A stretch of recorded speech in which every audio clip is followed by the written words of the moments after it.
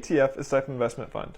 ETF stands for Exchange Traded Fund, and ETFs trade on the stock exchange just like individual stock. ETFs are designed to track particular index or asset class, such as the S&P 500 or gold, and an ETF's portfolio consists of the same securities as the underlying index that it tracks. ETFs can be bought and sold throughout the trading day just like a stock. The price of an ETF is determined by supply and demand. Because of this, it may trade at a premium or discount to its net asset value. Many types of ETFs available that span all kinds of different asset classes and strategies. One kind of ETF might track an index, another might track an asset, another might track a certain sector, and another might track something totally different. Also, ETFs can track stock market indexes, bonds, and commodities. A couple other examples of interesting ETFs is there are leveraged ETFs, which use borrowed money to juice returns.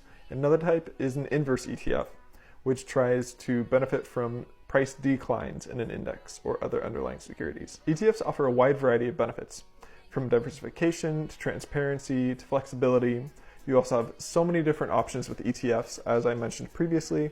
Also, because ETFs are traded on a stock exchange, you can buy and sell them throughout the day, and there's a lot of flexibility within that as well. ETFs also tend to have lower fees than mutual funds and other types of investment funds. Finally, an ETF is also very easy to buy and sell, just like individual stock. You can buy this in retirement accounts as well as brokerage accounts. Follow for more.